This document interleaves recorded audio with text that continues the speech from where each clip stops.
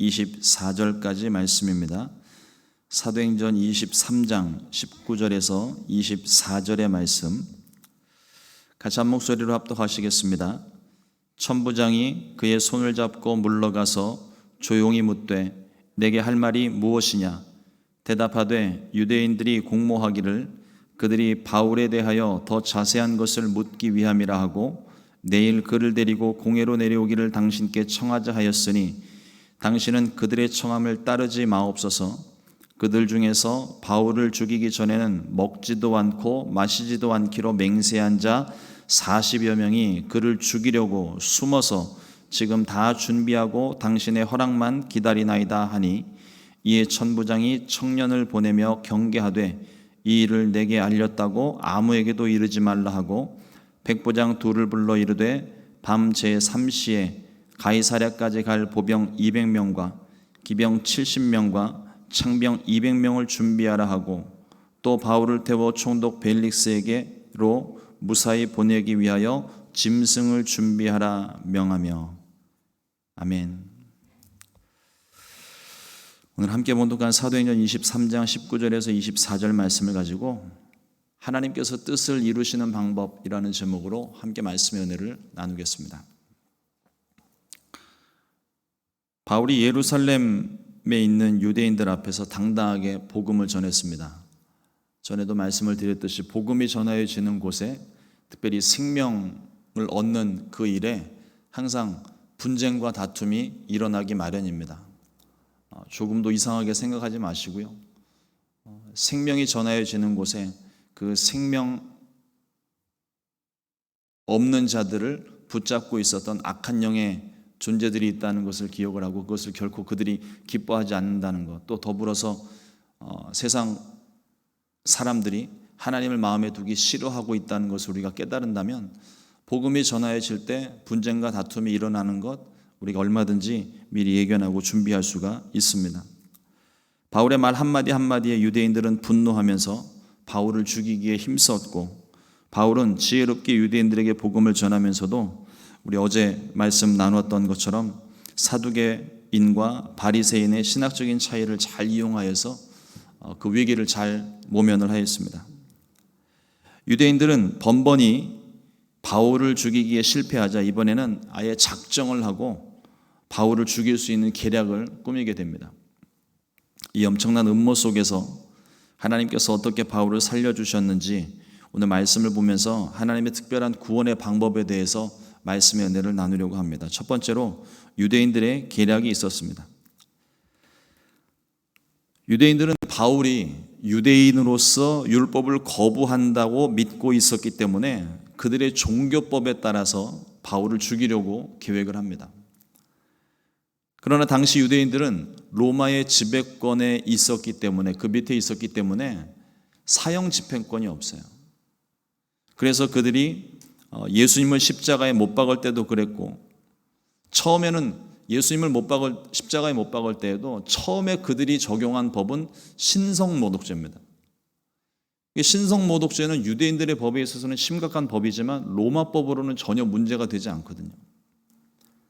그러니까 고발은 신성모독죄였지만 나중에 사형 선고를 내릴 때는 반란죄를 뒤집어 씌워서 예수님을 십자가에 못 박았던 것입니다. 이 예수가 로마 정부를 거부한다. 반란을 일으키라는 주동자다.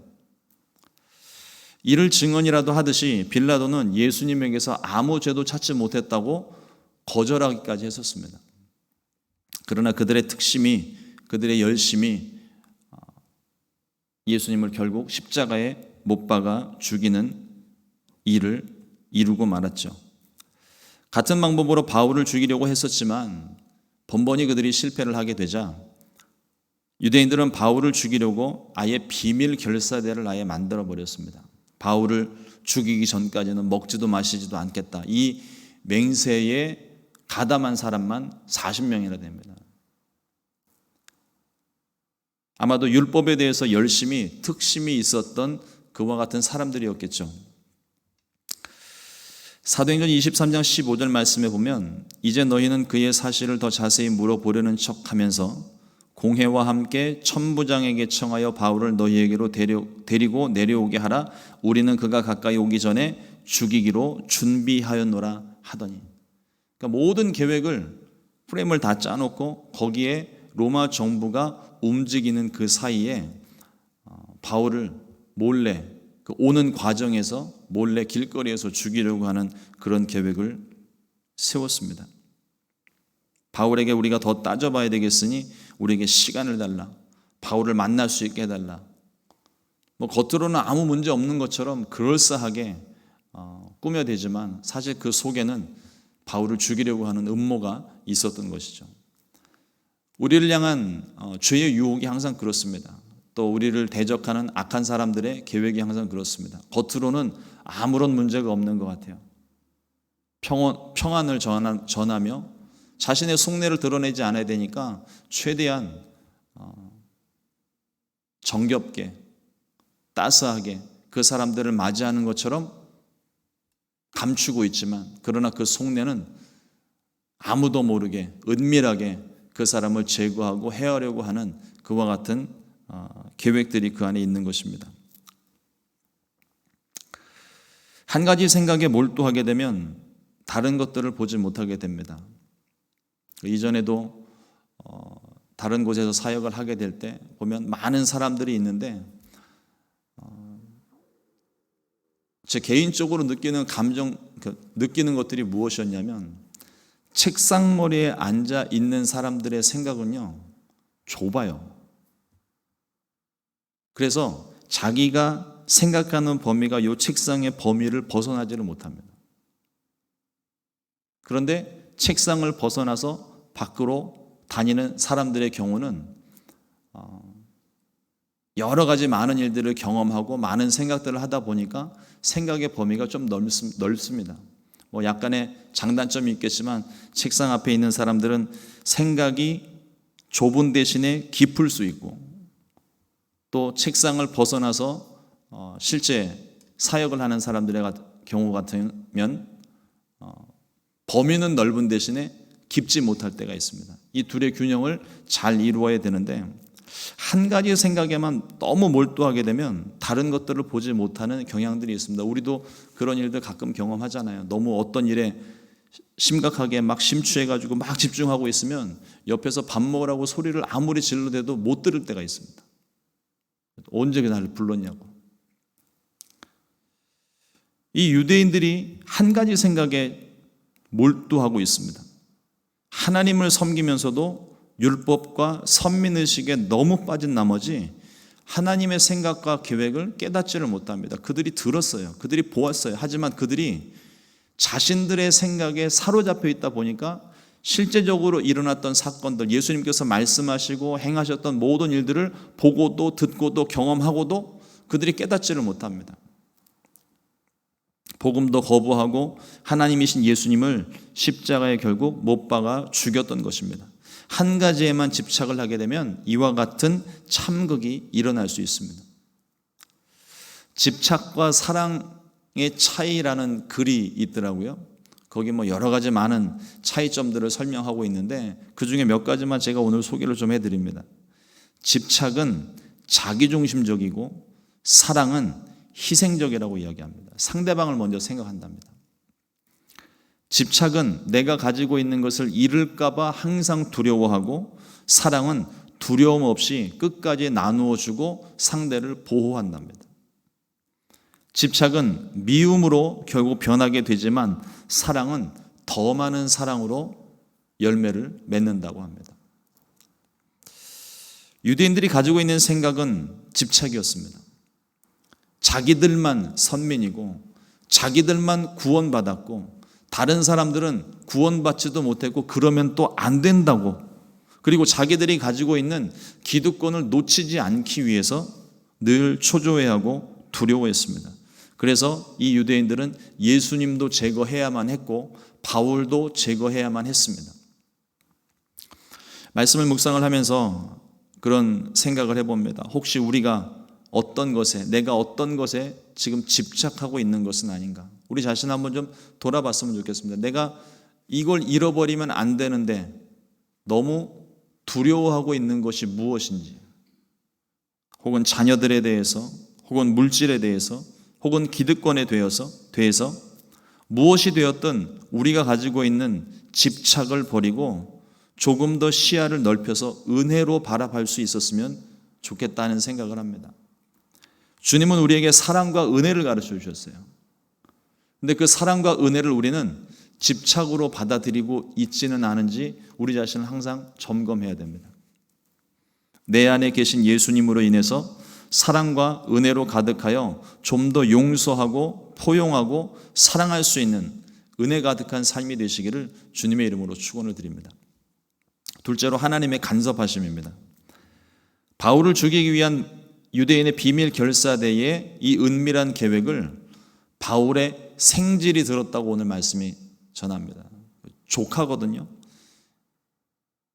세번역 성경에 보니까 바울의 누이의 아들이라고 번역을 해놨습니다. 그러니까 바울의 생질이 누구인지는 분명하지 않지만 이 바울의 생질이 누구인가 보다 중요한 것이 하나 있는데, 이 긴급하고 위험한 계획을 바울의 조카가 미리 알았다는 거예요. 소위 말하는 비밀 결사대입니다. 절대로 남에게 누설되면 안 되는 비밀인 거예요. 그런데 그 비밀 결사대 외에도 바울의 조카가 들었다는 사실, 여기에 중요한 의미가 있습니다. 상식적으로 생각을 해본다면 예루살렘에 사는 유대인들 사이에 바울을 죽이려고 하는 비밀 결사대가 있다는 사실, 그 인원이 한 40명쯤 된다고 하는 그 사실이 어쩌면 공공연한 비밀이었는지도 몰라요. 남들 다 아는데 이건 절대 남에게 말하면 안 돼. 비밀은 비밀인데 이미 다 알고 있는 비밀인 거죠. 유대인들이라면 바울에 대해 모를 리가 없고, 바울이 그리스도인을 잡으러 가다가 예수님을 만나고 갑자기 그리스도인이 된 사실을 모를 리가 없습니다. 예수님을 만났는지 안 만났는지는 몰라도 적어도 다메섹으로 가는 길에 바울이 어떤 일을 당하였는데 그 이후로 사람이 변했다. 세상적인 관점으로 볼 때는 바울이 미쳤다고 얘기했었을 거예요. 유대인들 사이에서는 바울은 공개된 배신자가 아니었을까요? 이미 다 알고 있는 배신자인 거죠. 율법에 열심히 있었던 유대인들이라면 바울이 죽는 것은 마땅하다, 이렇게 아마 다들 생각을 하고 있었을 거예요. 바울이 유대인이라면 바울의 누이도 유대인이고 그 누이의 아들도 아마 유대인일 겁니다. 그러니까 공공연한 비밀에 대해서 이미 바울이 알고 있었을 수도 있고, 또 그렇지 않다 하더라도 어떤 다른 경로를 통해서 어쨌든 바울의 조카가 이 사실을 알게 된 거예요.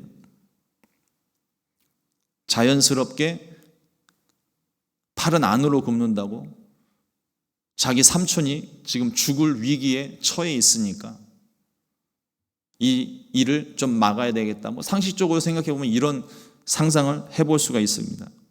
근데 보여지는 일들은 그래요. 그러나 그 뒤에는 하나님의 간섭하심이 있습니다.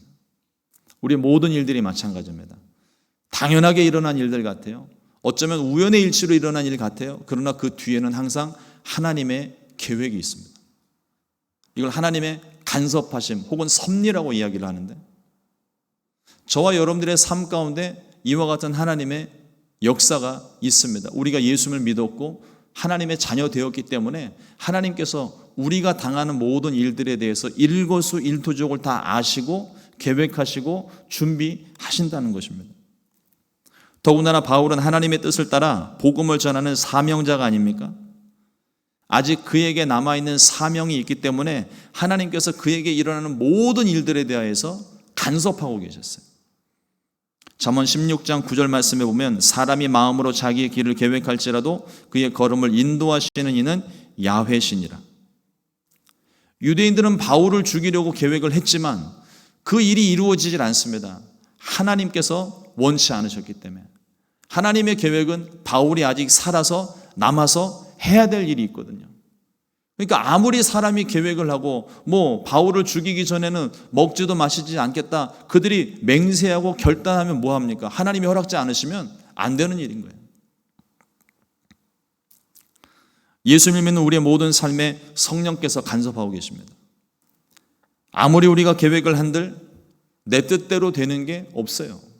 여러분들의 삶을 한번 보십시오. 여러분들의 살아온 날들 가운데 내가 이것도 이루었고 저것도 이루었다 생각할지 모르겠지만 그렇지 않은 부분도 있을 거예요. 근데 가만히 우리의 삶을 뒤돌아보면 내 뜻대로 된 게 거의 없어요. 모든 것이 다 하나님의 뜻 안에서 이루어지는 겁니다. 그러니까 내가 힘을 내서 열심을 내서 이룬 사실조차도 그게 하나님 뜻 안에서 크게 벗어나지 않으니까 하나님이 허락해 두시는 것이지, 그 모든 일조차도, 그러니까 하나님이 허락을 해 주시니까 그게 가능한 일이지, 하나님 허락지 않으시면 우리가 40일을 작정하고 금식하고 철회를 한들 하나님이 허락지 않으시면 그건 안 되는 거예요.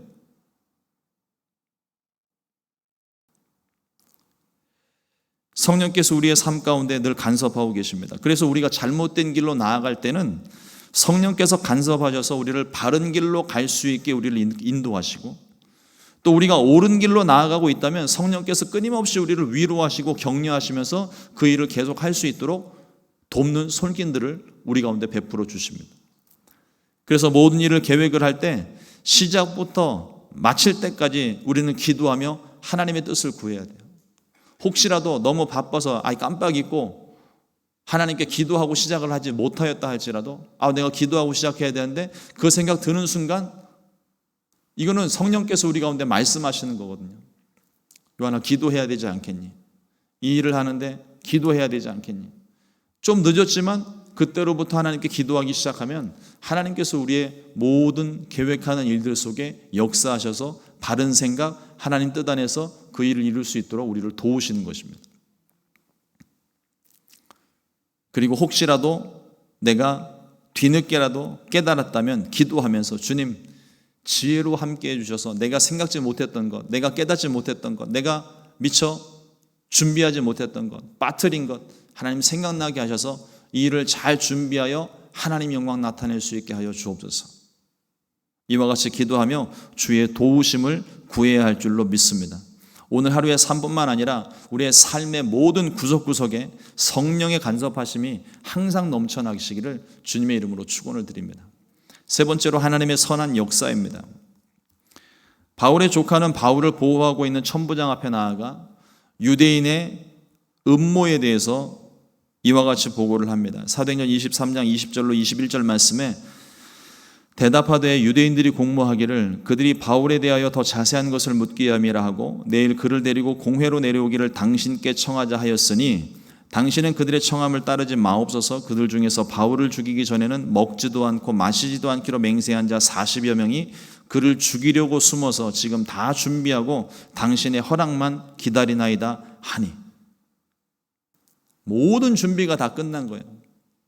그러니까 내일 와서 바울에게 우리가 좀 더 물어볼 것이 있으니 시간을 달라, 바울을 잠시 만나게 해달라 이야기를 하게 될 때 바울이 이동하는 과정에서 이 비밀 결사대가 목숨 걸고 바울을 제거하겠다는 그 계획이, 그리고 그들의 모든 준비가 이미 다 마쳐진 상태입니다. 얼마나 위험한 일이에요. 천부장이 어제 그제 이번 주 계속 말씀을 나누었던 얘기가 그거잖아요. 이 바울이 유대인들에게 복음을 전하는데 유대인들이 갑자기 막 소동이 일어나고 반란이 일어날 것처럼 막 소요가 일어날 것 같으니까 천부장이 로마 시민권을 가진 바울을 빼내어서 보호하려고 바울을 빼내고 지금 영내에 데리고 들어간 거거든요. 우리식으로 얘기하면 소위 군부대 시설 안으로 끌고 들어간 겁니다. 유대인들 입장에서는 그곳을 들어갈 수가 없으니 죽이지도 못하고 이러지도 못하는 답답한 심정에 그들이 생각한 계획은 영내에서 나오는 길목에서 숨어 있다가 가만히 우리가 그들을 죽이자. 이게 악한 자들이 생각하는 일들이 항상 그러거든요. 가만히 숨어 있다 우리가 그들을 해하자. 피를 흘리자. 이에 천부장이 즉시로 바울의 조카에게는 비밀을, 나에게 보고한 사실조차 비밀로 유지할 것을 당부하고 즉시로 백부장 둘과 보병 200명, 기병 70명, 창병 200명을 바울에게 붙여서 총독 벨리스에게 보냈습니다.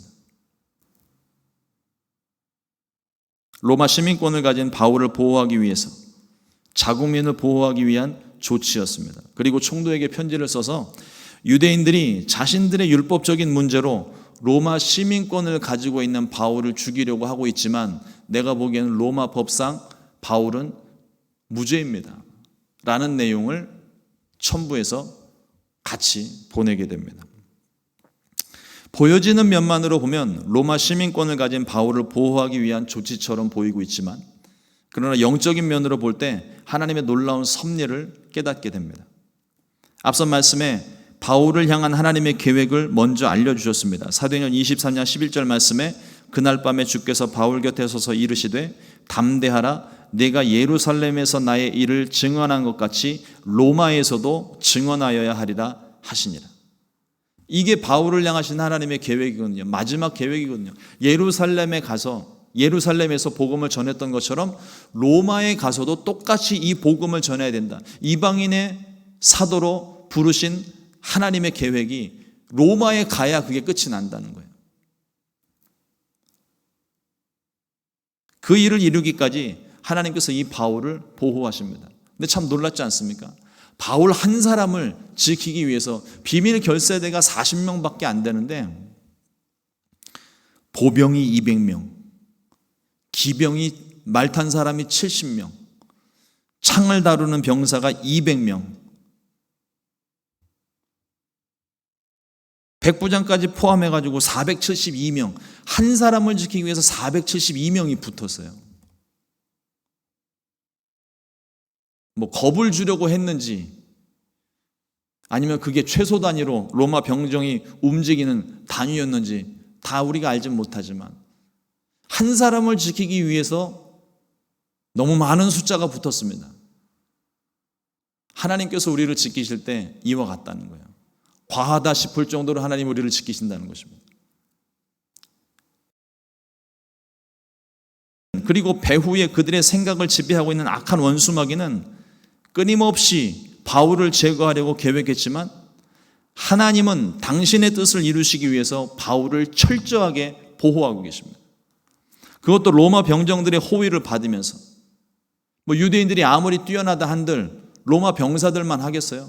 끊임없이 훈련하고 무기를 가지고 있는 그들을 무기도 없는 유대인들이 상대하는 것은 감히 있을 수 없는 일입니다. 아마 지레질겁하고 그 계획조차를 실행도 못한 것입니다. 로마 병정들의 호위를 받으면서 안전하고 신속하게 위풍당당하게 바울은 로마까지 가게 되었습니다. 하나님의 은혜인 거예요. 하나님의 보호하심인 거예요. 이게 하나님의 계획이고 섭리입니다. 로마서 8장 28절 말씀에 우리가 알거니와 하나님을 사랑하는 자 곧 그의 뜻대로 부르심을 입은 자들에게는 모든 것이 합력하여 선을 이루느니라. 이 말씀에 대한 분명하고 확실한 믿음을 갖게 되시기를 주의 이름으로 축원합니다. 우리를 지키시는 분이에요. 우리를 인도하시는 분이십니다. 그러니 우리 삶 가운데 여러 가지 많은 일들, 뭐 예수님 믿으면 아무 문제 없을 것 같지만 예수님 믿어도 문제는 여전합니다. 오히려 예수 믿지 않을 때보다 예수 믿은 이후에 예수 믿는 것 때문에 당하는 환난과 핍박의 문제가 더 더해질 뿐이에요. 그러나 우리가 그것을 두려워하지 않는 것은 오늘의 이 말씀과도 같이 모든 것을 합력하여 선으로 바꾸시고 또 우리가 사방이 가로막히는 그 가운데에도 능히 주님께서 피할 길을 내어주시고 우리를 애워싸일지라도 우리가 애워싸임을 당하지 않고 우리가 우겨싸임을 당하여도 망하지 않는 것은 우리를 향하신 주님의 사랑 때문. 하나님의 자녀된 우리가 위기를 만나고 어려움을 만날 때마다 하나님께서는 모든 상황, 모든 문제, 어떤 어려움이라도 피할 길을 열어주시는 것입니다. 모든 것을 합력하여 선이 되게 하시는 것입니다. 유대인들의 악한 음모가 있었지만 오히려 하나님은 그것을 역으로 이용하셔서 바울을 안전하고 신속하게, 그것도 로마 정부의 호위를 받으면서 예루살렘까지 편안하게 갈 수 있도록, 안전하게 갈 수 있도록 하나님이 길을 여셨다는 게, 우리가 누가 이거를 하기나 했겠습니까? 우리를 향하신 하나님의 계획이 항상 그래요. 내가 지금 당하고 있는 어려움이 있을지라도 하나님 이것조차도 하나님께서 사용하실 줄로 믿습니다. 하나님께서 이 모든 것들을 행하실 줄로 믿습니다. 우리가 가진 고난과 어려움, 문제와 아픔, 상처조차도 하나님 손에 들리게 되면 하나님의 뜻을 이루는 도구가 됩니다. 하나님 손에 놓이면 기적이 되고 능력이 됩니다. 제가 어제 말씀을 준비하면서 생각이 났던 한 간증이 있었는데 너무 오래전에 들은 얘기라 이게 다 기억은 못하겠어요. 그런데 어떤 분이 이 자궁 쪽에 물혹이 잡힌 거예요. 그래서 그 물혹을 놓고 하나님께 기도를 했는데 하나님이 물혹이 사라지게 해주신 거죠. 그래서 너무너무 감사하다고 막 여기저기 다니면서 간증을 하셨는데 얼마 지나지 않아서 물혹이 또 나온 거예요.